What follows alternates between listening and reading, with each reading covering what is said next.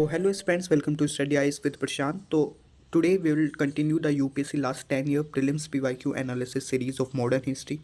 See, my main aim to make such video is only that as we know the syllabus of UPSC is very vast. So with the help of PYQs, it can make our journey too much easy that we can highlight some of the important themes that are repeated every year in the UPSC exam, and this is called the smart work and will increase our chance to get success in such of the toughest exam है ना. So my main aim for making these such videos is only this. तो last part one history PYQ analysis में we have discuss some of the 4 to 5 important themes of the modern history, and remaining 7 themes we will discuss in this video, that is part 2 modern history PYQ analysis. आता है हमारा peasant revolt and tribal rebellion. See, it is the important topic in the modern history. इससे सिर्फ 2 question पूछे गए हैं last 10 years में, जो कि मूवमेंट बेस्ड है ना. मतलब सिर्फ मूवमेंट बेस्ड है. जैसे एक का मूवमेंट हो गया, आपका संथाल रेबिलियन हो गया. तो अपन को क्या करना है, मेनली 4-5 पॉइंट्स है. इसके बेसिस पर जब आप मॉडर्न हिस्ट्री पढ़ रहे हो आपको नोट्स बना लेना है हर पीजेंट और ट्राइबल रिवोल्ट के. That is regional expense, leaders associated, method क्या क्या यूज़ करते थे वो, जैसे सोशल बॉयकॉट हो गया या कोई लीगल मेथड हो गया, और रिजल्ट क्या रहा. जैसे ब्रिटिशर्स ने कुछ लॉ लास्ट में लाया होगा to suppress their rebellion. Last में phase of INM, it remains important. See, अब तक जो 2 क्वेश्चन यूपीएससी ने पूछे हैं ना, वो पीजेंट और ट्राइबल रिवोल्ट में वो क्वेश्चन पूछे जो आईएनएम से रिलेटेड है, इंडियन नेशनल मूवमेंट से, यानी कि 1857 रिवोल्ट के आसपास. फॉर एग्जांपल संथाल रेबिलियन 1885, या आपके नॉन कोऑपरेशन मूवमेंट या सीडीएम के आसपास, जैसे कि एक का मूवमेंट, मिपला मूवमेंट है ना, अवध किसान सभा 1920. तो ऐसे ऐसे क्वेश्चन अब पूछे गए हैं.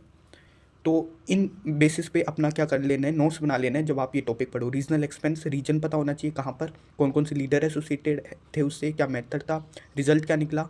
और ये इंपॉर्टेंट बन जाता है. इन जो रिवोल्ट्स है इनको तो ज़्यादा आप हाईलाइट करके पढ़ना है ना. अगला आता है स्वदेशी मूवमेंट. स्वदेशी मूवमेंट अच्छा टॉपिक है, छोटा टॉपिक और इम्पोर्टेंट टॉपिक है. 5 क्वेश्चन पूछे गए हैं और मेजोरिटी 4 क्वेश्चन आपकी मूवमेंट बेस्ड है इसमें भी, है ना. तो इसमें भी अपन को क्या करना है, रीजनल एक्सपेंस, लीडर एसोसिएटेड, है ना, मेथड क्या क्या यूज़ किए इन्होंने. जैसे कि मेनली इनके 3 ही मेथड थे, स्वदेशी, बॉयकॉट और सेल्फ रिलायंस यानी कि आत्मशक्ति. और क्या रिजल्ट रहा, और लास्ट में फेज ऑफ आईएनएम, ये तो चलो छोड़ो है ना.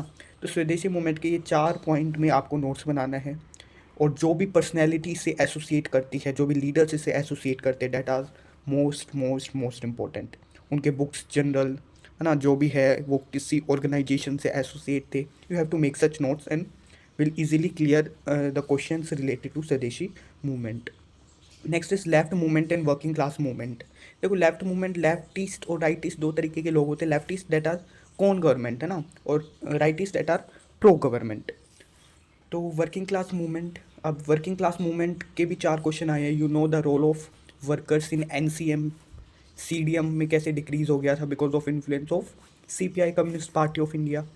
तो इससे मेनली 3 थीम्स, इस यूनिट में से 3 थीम्स के ऊपर क्वेश्चन पूछे गए हैं.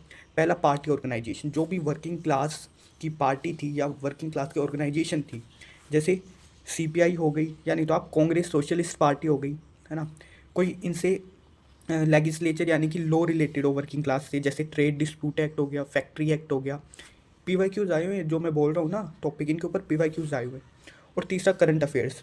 फॉर एग्जांपल 2015 और 16 में कुछ ट्रेड यूनियन ज़्यादा न्यूज़ में चल रहा था, तो उसके ऊपर क्वेश्चन पूछ लिया हिस्ट्री से कनेक्ट करके.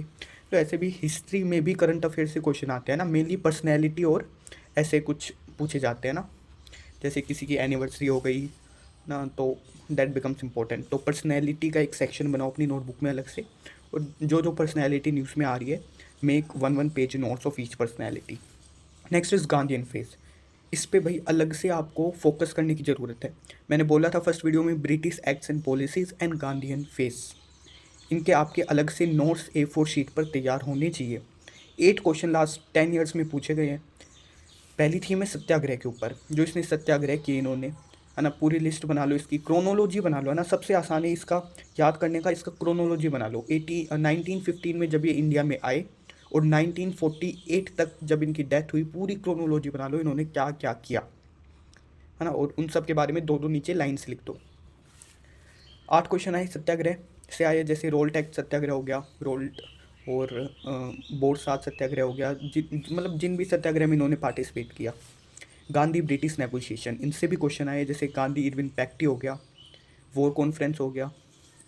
मूवमेंट बेस्ड आए, इन्होंने बड़ी बड़ी मूवमेंट में अपनी भागीदारी निभाई, है ना, जैसे क्विट इंडिया मूवमेंट हो गई, सोल्ट लॉ हो गई, NCM CDM, ये तो है ही मेन। इम्पोर्टेंट एसोसिएशन, ये किसी एसोसिएशन से ज्वाइन थे, है ना, ये मैं वो ही पॉइंट बता रहा हूँ जो किसी पर्सनैलिटी में बोलता हूँ, है ना। तो ये भी चूँकि Gandhi he was a great personality man, है ना। तो इम्पोर्टेंट एसोसिएशन जैसे कि स्वराज सभा से एसोसिएट करते थे, और करंट अफेयर्स, है ना, करंट अफेयर्स में गांधी के कितने आर्टिकल्स आते रहते हैं, तो उनको भी देखते रहा करो और अपने नोट्स को अपडेट करते रहा करो, है ना। तो मैंने बताया इसकी पढ़ने का बस एक ही तरीका है, क्रोनोलॉजी बना लो, है ना, 1 पेज में पूरा साउथ अफ्रीका से इंडिया पूरा क्रोनोलॉजी बना लो। साउथ अफ्रीका का भी इन्होंने बहुत इंपॉर्टेंट रोल प्ले किया वहाँ की इंडिपेंडेंस में, ना, अपार्टाइड सिस्टम को ख़त्म करने के लिए।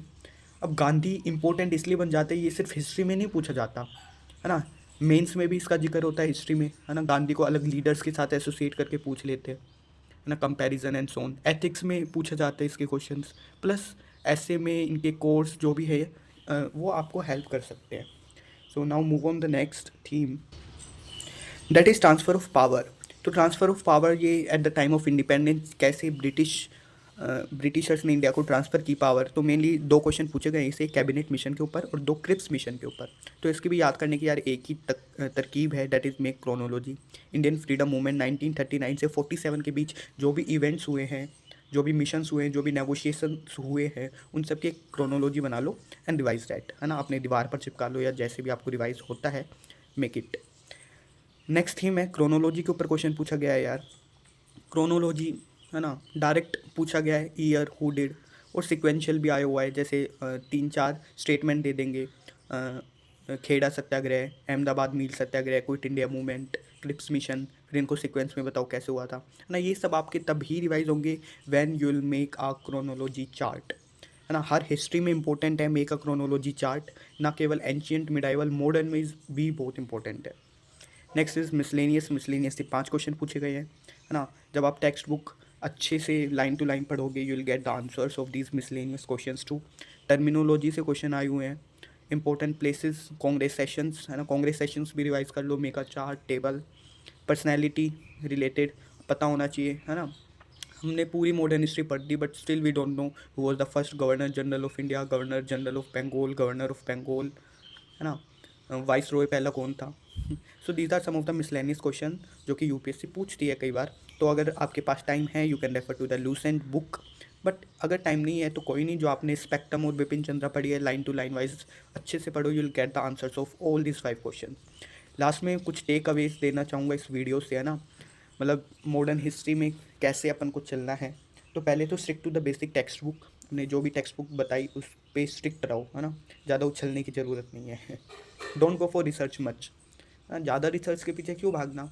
We have the concrete and the fixed resources, है ना, वी हैव अपन को डीसी बनना है, ना कि आईसी, इंफॉर्मेशन कलेक्टर।